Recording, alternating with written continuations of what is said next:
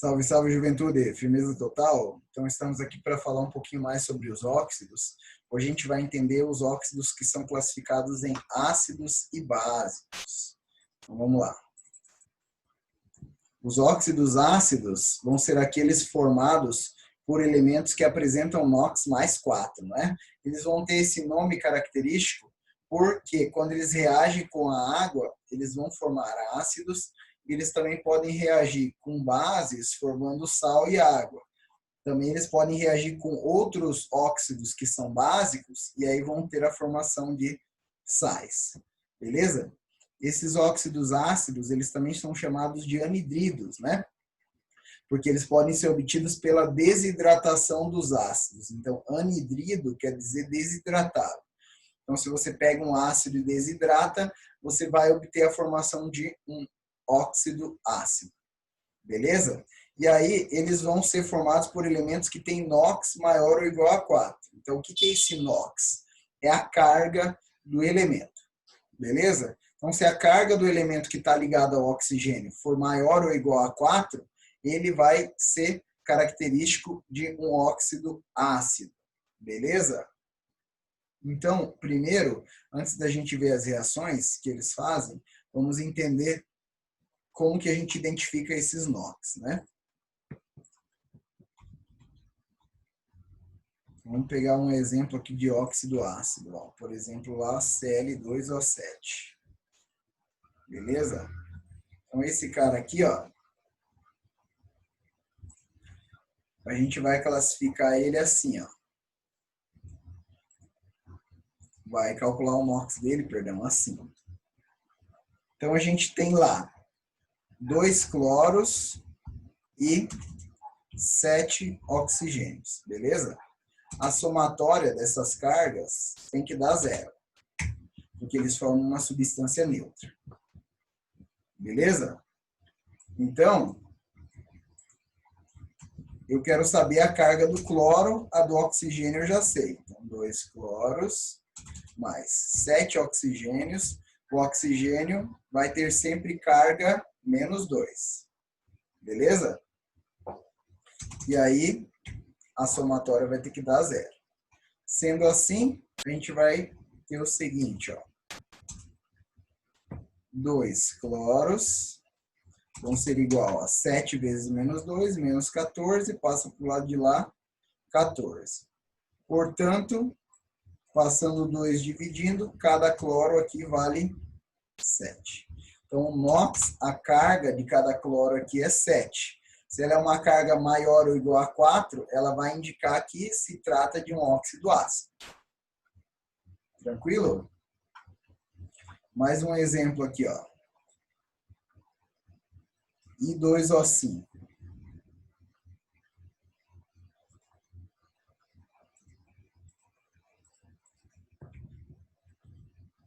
Então, I2O5, ó. Então, ele vai ser formado por, nesse caso aqui, 2 Is e 5 oxigênios, né? E a somatória das cargas desses elementos tem que dar 0. Beleza? Eu quero saber a carga do I, porque a carga do oxigênio eu já sei. O oxigênio sempre vai ser menos 2.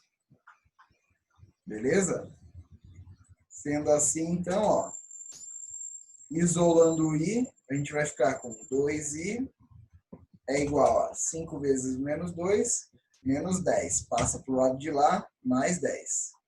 Portanto, cada I vai ter NOx mais 5.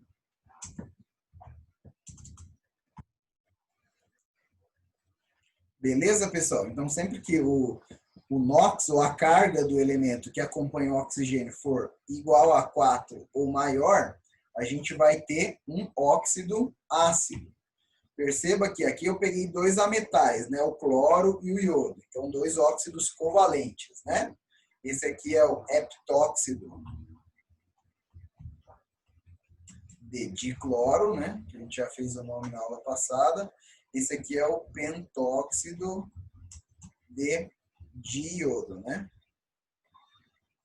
Mas não se restringe apenas a óxidos covalentes. A gente também vai ter óxidos iônicos que vão ser ácidos. Por exemplo, aqui, ó, CrO3. Cr é o cromo, então ele é um óxido iônico, né? Mas mesmo assim ele vai ter uma característica ácida, ó. Perceba que a gente vai ter um cromo, então a gente vai ter aqui um Cr, e a gente vai ter 3 oxigênios. E a somatória dessas cargas vai ter que dar 0. Beleza? Então, ó, a carga do cromo mais 3 vezes a carga do oxigênio, cada oxigênio vale menos 2, é igual a 0. Sendo assim, ó, o cromo vai ser igual a 3 vezes menos 2, menos 6. Passa para o lado de lá, mais 6. Então, aqui o cromo apresenta NOx mais 6, ou carga mais 6, então o CrO3 é um óxido ácido. O nome dele vai ser óxido de cromo 6. Beleza? Como ele é um óxido covalente, perdão, óxido iônico, né, ele segue essa regra. Óxido de metal que está ligado, NOx se for metal de carga variável. Beleza? Então, esse aqui são os óxidos ácidos. Os óxidos ácidos, eles são muito importantes aí no nosso cotidiano, principalmente por causa de um problema grave que eles causam, que é o problema da chuva ácida. Então, por exemplo, aqui a gente tem o NO2, ó, que reage com a água e ele forma 2 ácidos aqui, né? O HNO3 e o HNO2, né? Então, quando a gente tiver, por exemplo, o NO2, que é um óxido ácido na atmosfera, ele vai formar ácidos e isso pode causar chuva ácida. E o NO2, por exemplo, é um subproduto que pode ser formado através da reação de combustão de combustíveis fósseis, como, por exemplo, gasolina, como, por exemplo, diesel, né? Combustíveis derivados do petróleo vão acabar formando esses ácidos. Além do NO2, tem outro óxido de nitrogênio, que também é formado pela combustão de combustíveis fósseis, que vai formar ácido também, que é o pentóxido de dinitrogênio. Então, é o N2O5.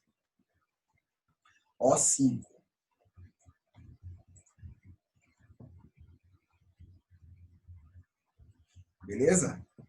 Ele também vai reagir com a água e vai formar o ácido nítrico, o HNO3.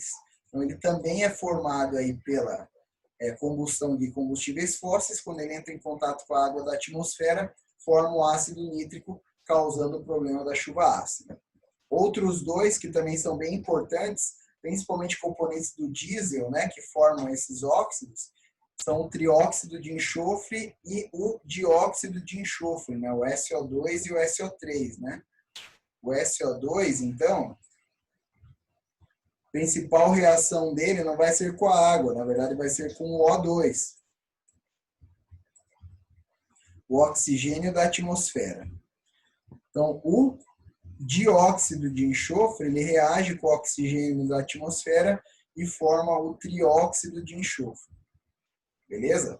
Até o diesel, ele tem lá no posto de gasolina escrito lá S10, S20, que é a quantidade de enxofre que ele vai ter na sua composição, né? Quanto mais enxofre ele tiver, pior, pois vai estar formando esses óxidos aqui, o SO2 e o SO3. E aí, mais especificamente, o SO3, ele vai reagir com a água da atmosfera e vai formar o ácido sulfúrico. Então, o SO3 reage com a água da atmosfera e vai formar o H2SO4.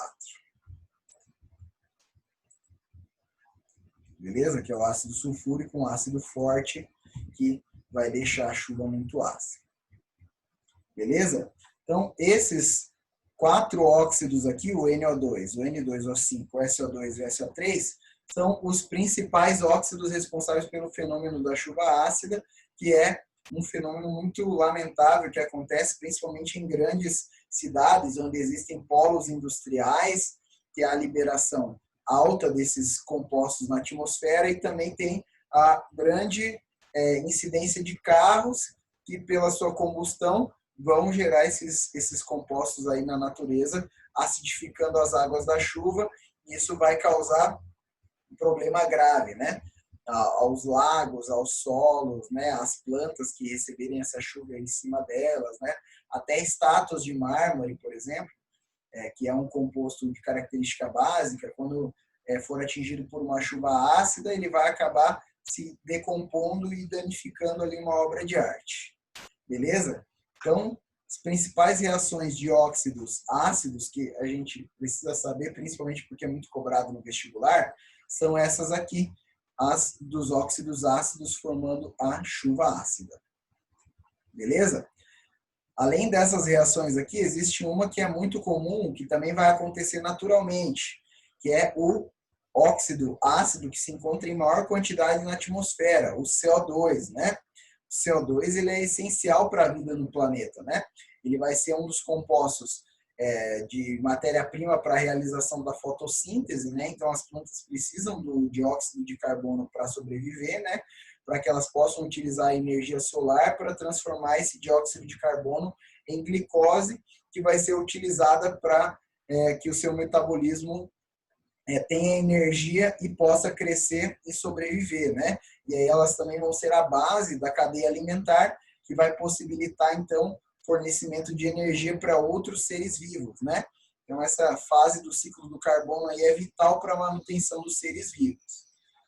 Mas, naturalmente, então, esse CO2 da atmosfera, né, liberado aí pela respiração nossa, né, pela respiração dos animais e das plantas também, ele vai reagir com a água e vai formar o ácido carbônico, né? Então, naturalmente, mesmo que você esteja em um lugar que não é poluído, a chuva ela vai ser um pouco ácida, né? Ela vai ter um pH um pouquinho abaixo de 7. Porém, quando existe a formação daqueles outros óxidos de enxofre e de nitrogênio, que a gente estava falando agora, aí o pH baixa muito. E isso vai ser muito prejudicial para os organismos, né, que receberem essa chuva ácida, como, por exemplo, as plantas, né? Vai deixar os solos muito ácidos, que também prejudicam o crescimento das plantas, vai alterar o pH dos lagos, né? Prejudicando, então, os peixes, né, e os organismos que vivem lá dentro dos lagos, que precisam de uma determinada neutralidade para que a sua sobrevivência seja favorecida. Beleza? Então, é muito importante a gente trabalhar na utilização de outras fontes de energia que não sejam derivadas do petróleo, nem do carvão, que vão gerar a formação desses óxidos ácidos, causando a chuva ácida. Beleza? Aqui a gente tem, né? Então, o SO2, o N2O5, o NO2 vão formar aqui o ácido nítrico, o ácido sulfúrico, quando caírem sobre as plantas, sobre o solo, vão alterar ali a dinâmica do ecossistema, fazendo com que haja um dano ambiental que muitas vezes pode ser difícil de reverter, né? Devido a uma área tão grande que a chuva vai abranger, ela vai acabar danificando muitos ecossistemas. Beleza? A gente também tem os óxidos básicos, que vão ser aqueles formados por metais que têm carga +1, +2 ou +3, né?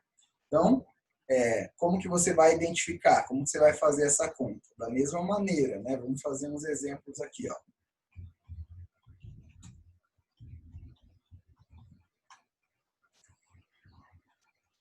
Por exemplo, aqui, ó, Li2O.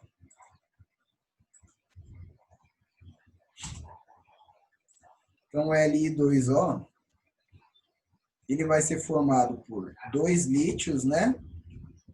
E 1 oxigênio. Beleza? Como eles formam um composto neutro, a somatória das cargas tem que ser igual a 0.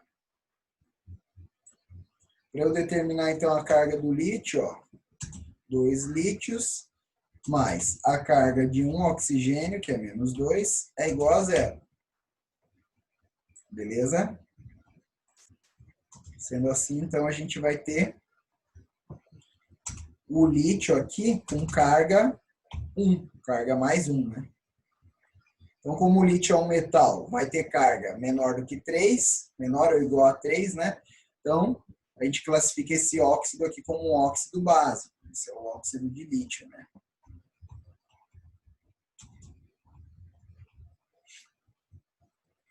Beleza? Mais um exemplo aqui.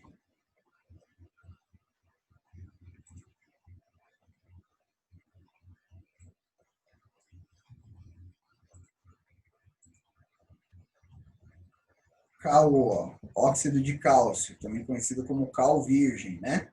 Se a gente for calcular lá a carga, né, o NOx do cálcio, então a gente vai ter aqui um cálcio mais um oxigênio, somando essas cargas tem que dar 0.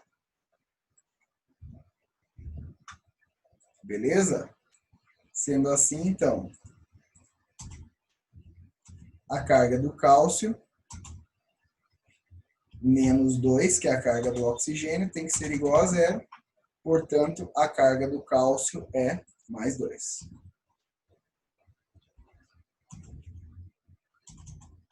Então, ele também vai se apresentar como um óxido básico, né?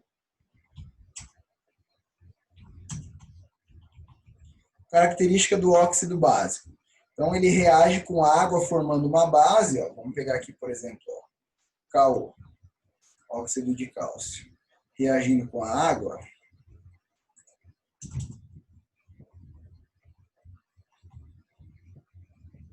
ele vai formar o hidróxido de cálcio, que é a conhecida cal viva, né? Que é o CaOH2. Beleza? Então, essa é uma das reações características de óxido básico. Reage com água formando uma base. Outra característica é reagir com óxido ácido formando sal.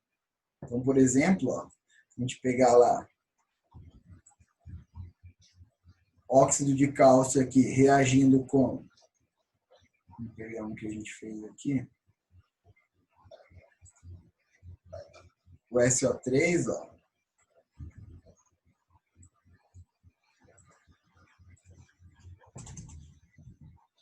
ele vai formar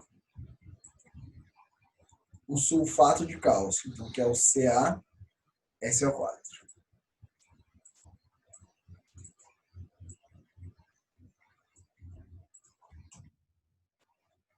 Beleza?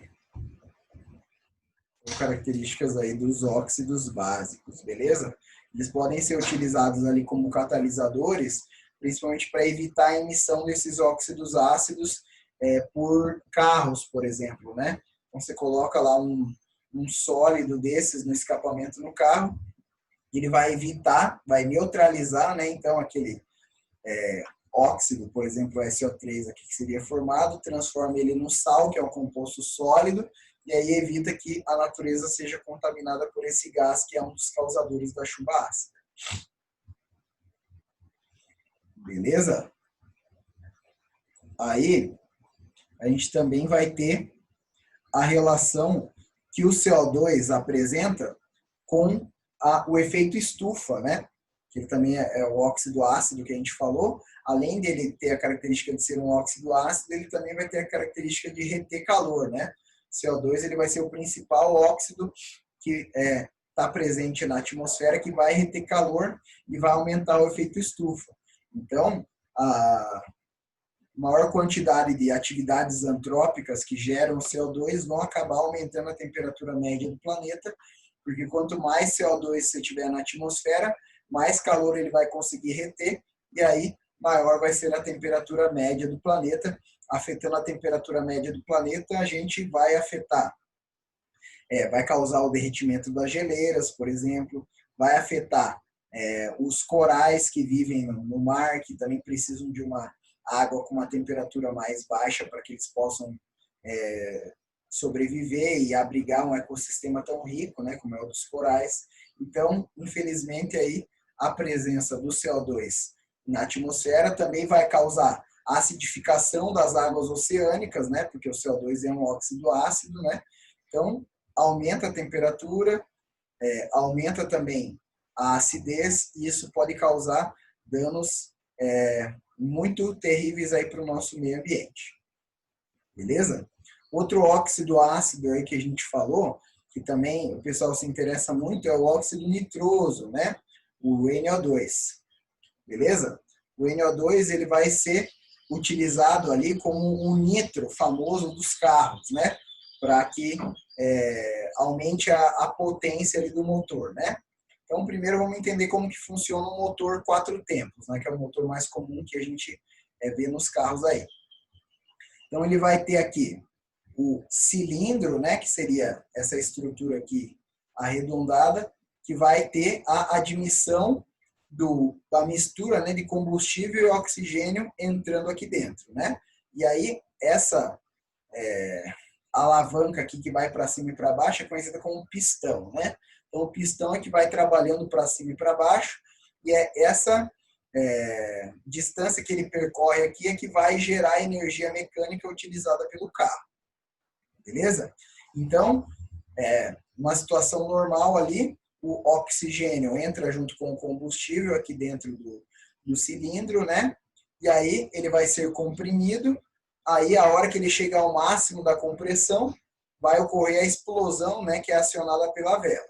A vela, então, gera uma faísca que vai causar a explosão do combustível, que vai empurrar, então, o pistão aqui para baixo. Depois, o pistão volta para cima de novo e expulsa os gases que foram formados aqui pela combustão.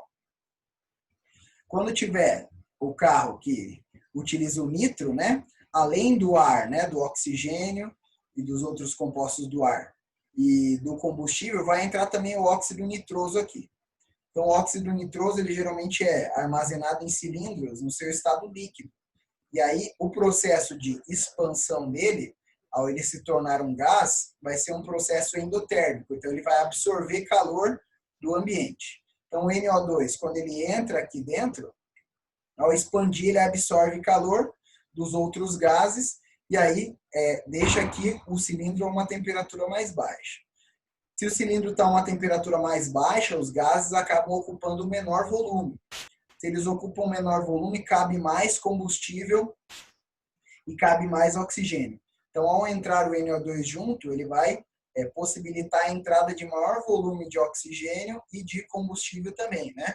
E aí, entrando o maior número de moléculas aí de oxigênio e de combustível, na hora que rolar a combustão, a energia liberada aqui vai ser muito maior. Então, isso vai aumentar muito a potência do carro, mas, consequentemente, vai aumentar muito também o consumo de combustível, né?